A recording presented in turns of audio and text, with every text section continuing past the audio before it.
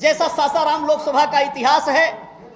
लंबे अरसे से कांग्रेस पार्टी यहां सांसद जितवाती रही, सांसद बनाती रही, लेकिन कांग्रेस पार्टी ने ऐसा कोई कार्य नहीं किया सासाराम लोकसभा में कि जिससे जनता उनको पुनः लेकर के आए। और यहां पर जो अभी जो टर्म जा रहा है, इसमें जो सांसद हैं तो जनता उनसे परेशान हो चुकी है, ऊब हो चुकी है। भारतीय जनता पार्टी को जनता उखाड़ करके फेंकना चाहती है, इसलिए बहुजन समाज पार्टी इस बार लोकसभा का चुनाव जीतेगी। लेकिन बहुजन समाज पार्टी से इन लोगों की लड़ाई रहेगी।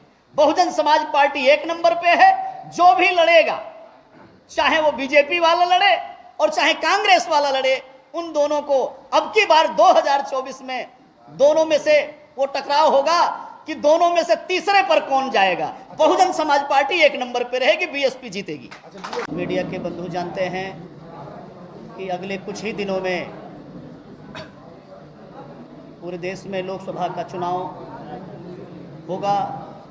इलेक्शन कमीशन चुनाव अनाउंस करने वाला है।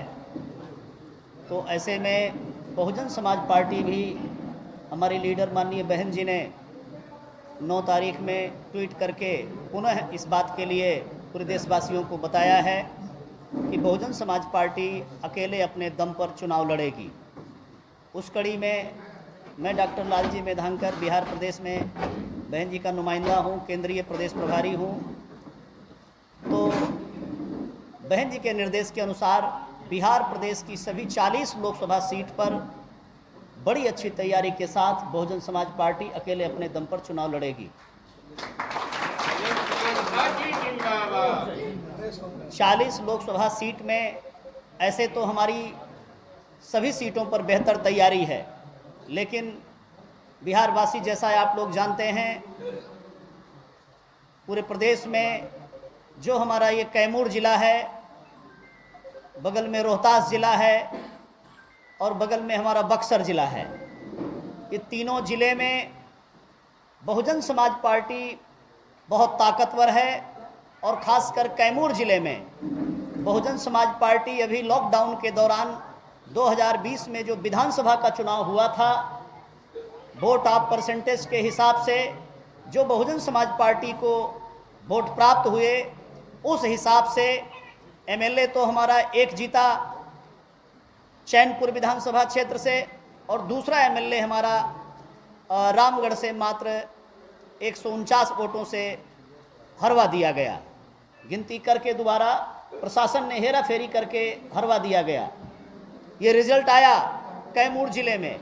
लेकिन ऑल ओवर अगर वोट ऑफ परसेंटेज को देखें और जितना वोट हमें मिला है, 2020 के चुनाव में बहुजन समाज पार्टी कैमूर जिले में एक नंबर पर है, पहले स्थान पर है। दूसरे स्थान पर बीजेपी का गठबंधन था और तीसरे स्थान पे आरजेडी का गठबंधन था, जिसको महागठबंधन कहते थे। तो ऐसे में बहुजन समाज पार्टी एक नंबर पर है कैमूर जिले में। हमारी जो दूसरा जो हमारा जिला है बगल में रोहतास जिला है, 3 विधानसभा क्षेत्र उसकी करगहर, सासाराम और चेनारी, और 3 विधानसभा क्षेत्र कैमूर जिले का चैनपुर, भभुआ और मोहनिया, ये 6 विधानसभा को मिला करके सासाराम लोकसभा क्षेत्र का निर्माण है।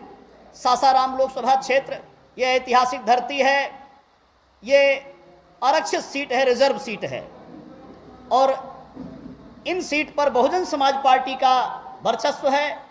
तो ऐसे में हम लड़ेंगे तो 40 की 40 लोकसभा सीट पर।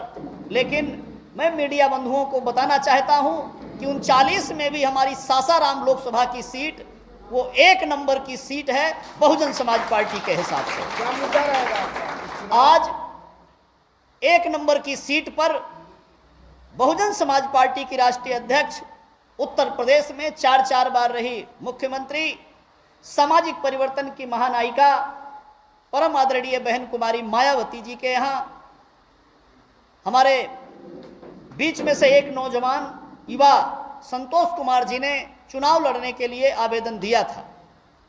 माननीय बहन जी ने हम लोगों को निर्देश दिया, आप जांच परख कीजिए, इनकी रिपोर्ट बनाइए, देखिए ये कितनी ताकत से चुनाव लड़ पाएंगे और बहुजन समाज पार्टी को जीत सुनिश्चित करा पाएंगे या नहीं। इन्होंने 18 जनवरी को बहन जी के सम्मुख अपना आवेदन दिया था।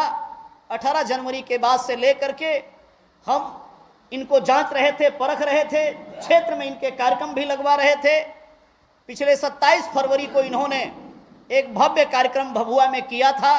उस दिन बारिश भी हो गई, कार्यक्रम ऐतिहासिक रहा। हमारी माताएं बहनें, तमाम हमारे जन समर्थन के लोग बारिश में भीग भीग करके हमारी बात को वो लोग सुनते रहे। हमारे कार्यकर्ता, हमारे पदाधिकारी कैमूर जिले के बड़ी शिद्दत के साथ, बड़ी मेहनत के साथ, समर्पण के साथ बहुजन समाज पार्टी को बरसों से सींचने में लगे हुए हैं।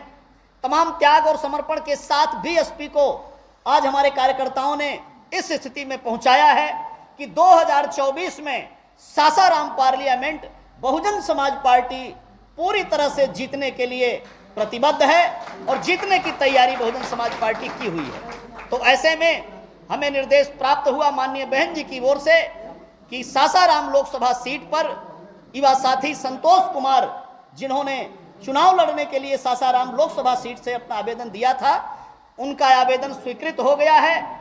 कल हमें माननीय बहन जी ने निर्देश दिया कि इनको और देरी न करते हुए आप तुरंत पहुंचिए और जाकर के वहां पर इनको लोकसभा के कैंडिडेट के रूप में, जिसको बहुजन समाज पार्टी लोकसभा प्रभारी का पद देती है, तो आज मैं इस सभा के मध्य में हमारे प्रदेश के अध्यक्ष शंकर महतो हैं, प्रदेश के महासचिव अरुण कुमार जी हैं, प्रदेश के महासचिव विकास पटेल हैं, विशंबर नाथ यादव हैं, संतोष कुमार बिंद हैं, चंचल मिश्रा हैं, सरवर अली खान हैं। हमारी स्टेट की टीम और जिले की समस्त टीम यहाँ पर उपस्थित है। मैं समस्त कार्यकर्ताओं, पदाधिकारियों के बीच में माननीय बहन जी के आदेश की घोषणा करने के लिए आज ये संक्षिप्त में बहुत जल्दी में कल आदेश किया गया और आज ये मीटिंग बुलाई गई। तो मैं आज माननीय बहन जी की ओर से मीडिया बंधुओं को ये घोषित करता हूँ कि संतोष कुमार जी सासाराम लोकसभा के प्रभारी बनाए जाते हैं। ये संभावित उम्मीदवार हैं। यहाँ दोनों कॉमन है, जिनको हम चुनाव लड़वाने के लिए सुनिश्चित कर लेते हैं, उनको हम लोकसभा का प्रभारी बना देते हैं। वो अपनी लोकसभा क्षेत्र को उसी दिन से रात दिन लग करके तैयार करने का काम करते हैं। मुद्दे क्या रहेंगे सासाराम के लिए? सासाराम के लिए तो अभी तक जैसा सासाराम लोकसभा का इतिहास है, लंबे अरसे से कांग्रेस पार्टी यहां सांसद जितवाती रही, सांसद बनाती रही, लेकिन कांग्रेस पार्टी ने ऐसा कोई कार्य नहीं किया सासाराम लोकसभा में कि जिससे जनता उनको पुनः लेकर के आए। और यहां पर जो अभी जो टर्म जा रहा है, इसमें जो सांसद हैं, तो जनता उनसे परेशान हो चुकी है, ऊब हो चुकी है। भारतीय जनता पार्टी को जनता उखाड़ करके फेंकना चाहती है। इसलिए बहुजन समाज पार्टी इस बार लोकसभा का चुनाव जीतेगी। मुद्दा क्या रहेगा? हमारा मुद्दा बहुजन समाज पार्टी कोई मैनिफेस्टो नहीं प्रेषित करती है, कोई मैनिफेस्टो नहीं देती है। बहुजन समाज पार्टी बाबा साहेब डॉक्टर द्वारा निर्मित जो भारत देश का संविधान है, उसको लागू करना चाहती है, जिससे इस लोकसभा क्षेत्र में भी, प्रदेश में भी, देश में भी बहुजन समाज पार्टी का एक ही मुद्दा होता है। यहाँ के सताए गए लोग, वंचित लोग, प्रताड़ित लोग, शेड्यूल कास्ट के लोग, शेड्यूल ट्राइब के लोग, अति पिछड़े समाज के लोग, पिछड़े समाज के लोग, अकलियत समाज के लोग, मुस्लिम समाज के लोग और अपर कास्ट में भी जो हमारे गरीब भाई हों, जिनको हक अधिकार से अभी तक वंचित किया गया है, उन सब का कल्याण करना, उनके वेलफेयर के लिए प्रतिबद्ध होना, यही बहुजन समाज पार्टी का मुद्दा होता है। ये तो जनता तय करेगी, लेकिन बहुजन समाज पार्टी से इन लोगों की लड़ाई रहेगी। बहुजन समाज पार्टी एक नंबर पे है। जो भी लड़ेगा, चाहे वो बीजेपी वाला लड़े और चाहे कांग्रेस वाला लड़े, उन दोनों को अब की बार 2024 में दोनों में से वो टकराव होगा कि दोनों में से तीसरे पर कौन जाएगा। बहुजन समाज पार्टी एक नंबर पे रहेगी, बीएसपी जीतेगी। पलटी क्यों मार देते हैं, इसमें क्या कारण है?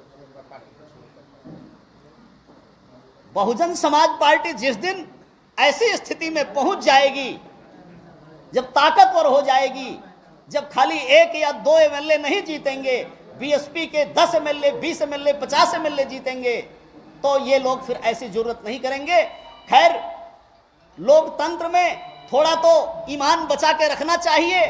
यहां पर बहुजन समाज पार्टी को खरीदने का काम लालू प्रसाद यादव जी ने भी किया था हमारे एमएलए को, और 1 एमएलए बीएसपी का जीता, उसको सारा मर्यादा ताक पे रख करके श्री नीतीश कुमार जी ने बड़ा सौदा देकर के, मंत्रालय देकर के हमारे एमएलए को खरीदने का काम किया है। इन लोगों को संविधान की गरिमा को ध्यान में रख करके, राजनीति में डेमोक्रेसी की गरिमा को ध्यान में रख करके इनको इस प्रकार का सौदेबाजी नहीं करना चाहिए। हमारे एमएलए लोगों की बोली नहीं लगानी चाहिए। खैर, जितनी बार इस प्रकार की घटनाएं घटती हैं कैमूर में, हमारा जो वोटर है, हमारी जो जनता है, वो ठोंक करके जवाब देती है और पुनः बहुजन समाज पार्टी को जितवाने का काम करती है।